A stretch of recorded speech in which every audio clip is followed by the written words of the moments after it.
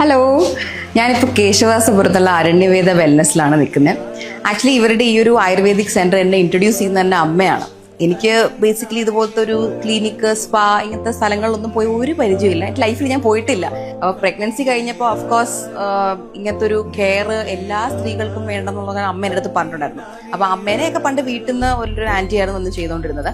അപ്പോൾ അമ്മ എൻ്റെ അടുത്ത് പറഞ്ഞു, ആ വീട്ടിൽ നിന്ന് കിട്ടുന്ന അതേപോലത്തെ ഒരു കെയർ ആണ് അരണ്യവേദ വെൽനസ് എന്ന് അമ്മയ്ക്ക് ഒരു പ്രാവശ്യം ഇവിടെ വന്നപ്പോൾ കിട്ടിയിട്ടുണ്ടെന്ന് പറഞ്ഞു.